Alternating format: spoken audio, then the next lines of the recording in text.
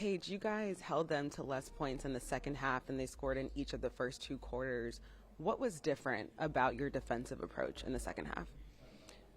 I think just we talked at halftime, it's not the display that we wanted to have defensively in that half. So just tightening up, keeping them out of the paint, keeping guys in front of us, limiting their wide open threes, trying to make everything contested, take off the dribble tough twos, and just tighten up on that and take pride on the defensive end is what we've been doing for the past couple weeks. So we just try to get back to that. Yeah. I joked with you a second ago saying that something seems different about you and your approach in the past few games. It seems like you're just more aggressive offensively. Is this the best that you felt all season? What's the difference that we've been seeing? Maybe it's not different for you, but for us. Maybe, I don't know, just a sense of urgency, I guess, knowing that this is my last Big East tournament. The next tournament we play in will be the last one. So just a sense of urgency of just trying to embrace it, have fun, be aggressive, make winning plays on offense and defense, and just enjoy it. Earlier in the season, I asked you what percentage you think the two-man game is between you and Sarah. You said 55%. At this point in the year, where do you think it is? I'll say like 85 because we still got time left of the season. So 85, we're in a great spot right now, but like there's still room for improvement and we can get even better. So Last one, how do you think that she's been performing so far in her first Big East tournament? Amazing. I think she's showing her full display of all her abilities on the basketball court, offensively, defensively, rebounding, scoring, passing, blocking shots, getting steals. Like, you can name all the things you can do on a basketball court, and she's been showing that. So she's been amazing. All right, Paige, thank you. Thank you. You're playing in these games, and you try to build some momentum going forward. We played really well offensively that first half, and our defense, I thought, struggled a little bit, and I think it's a reminder too how when you play somebody for the third time, it's never going to be as easy as maybe it looked the first 2 times. So third quarter, I thought we looked more like ourselves. I thought our defense was really, really good, and I think we kind of separated ourselves from them. So it was a good way to finish the game in the second half, and so hopefully we bring that momentum tomorrow. You had to respond. Is that good to go through? Yeah, I think it always is. When games are played where you're able to function without any kind of pressure whatsoever. The game is easier, and it's not realistic though that it's going to be like that. So it was good that to come out and have to play in the third quarter with a sense of teams like Villanova, the more you let them hang around, and this time of the year, you don't want to play like that. It was, I thought, an opportunity.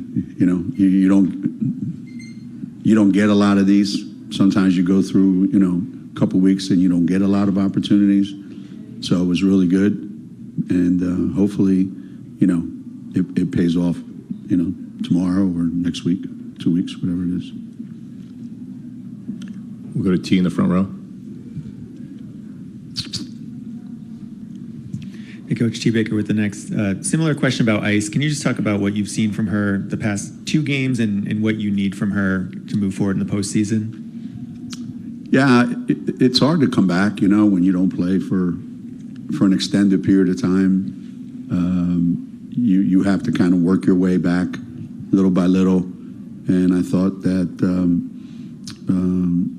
her response has been really, really good. I thought there were some things today that were not great. But it allows us to play differently. We can get Sarah more rest. We can put her,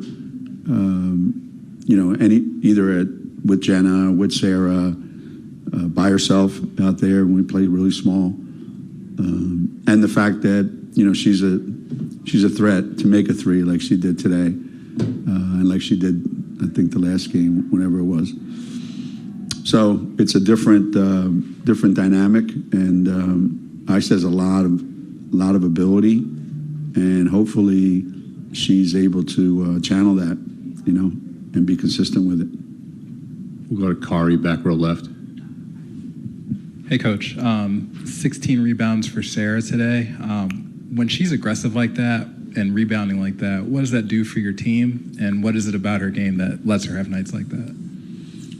Well, she's tremendously talented, obviously, and has a knack for where the ball is and where it's going. Not everybody has that.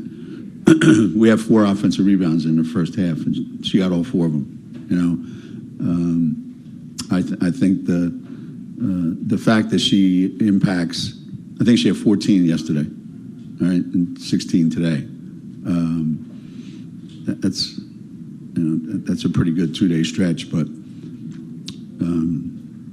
she impacts the game in every single area. Whether she's defending somebody and it's a steal, whether it's a block shot, whether it's a defensive rebound, an offensive rebound. I always like to think that we don't want to play with both Sarah and Paige on the bench. That's not something that's good for us. That's how important I think she is. I'm okay with Paige being out of the game as long as Sarah's in the game, because I think she, it's more like having 2 or 3 players out there instead of just one. We'll go to Doug in the front row. Geno, it sounds like the players took some ownership at half about their lack of defense in the first half. For the last month, it seems, since the South Carolina game, you've been playing really well on that end of the court. I think you had 10 minutes yesterday without St. John scoring, 16 minutes today without Nova hitting a basket. What is about you guys in defense? It seems come March, you're usually where you want to be, it seems. Yeah. that has to be the foundation for everything at this time of the year. As you saw last night, there's no guarantees that open threes are going to go in. You like to think that, we're one of the best 3-point shooting teams in the country. They're always going to go in. They're not. So you've got to, play a different level defensively in March than you do during the regular year. And that's not the easiest thing in the world to do. And I'm glad they took some ownership of it. That's what they're supposed to do. I think you're supposed to be prideful in your defense. You want to be somebody that can be counted on, on the defensive end. And I just think that sometimes we get a little bit overconfident. We get a little bit too comfortable. And this is not the time of the year for that. This is the time of the year when you're actually trying to, get people to, score single digits in the quarter. And that's the goal. Front row, Dom. Yeah, Dom Amori, Hartford Current. Geno, what was your approach or your tack in the second quarter and at halftime? Were you angry with what you were saying, or were you more methodical in correcting things? Were you, what was your, what was your tone to the team at that point? During the second quarter or in the locker room at halftime?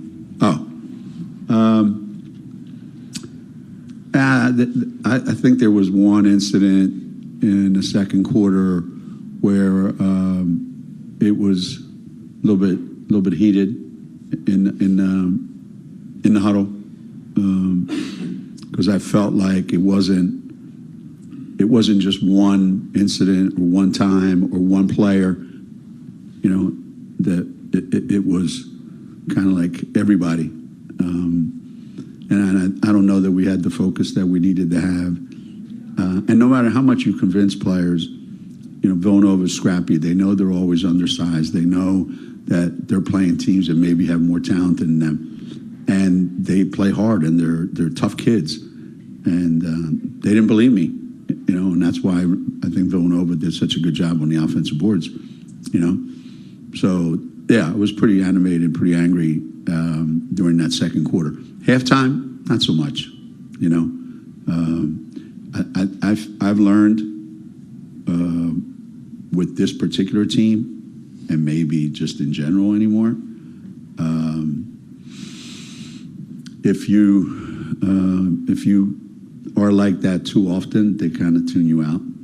You know, they don't want to hear it anymore. You made your point, let's move on. So it was more, you know, this is what we need to do. This is how we're going to do it. And let's go.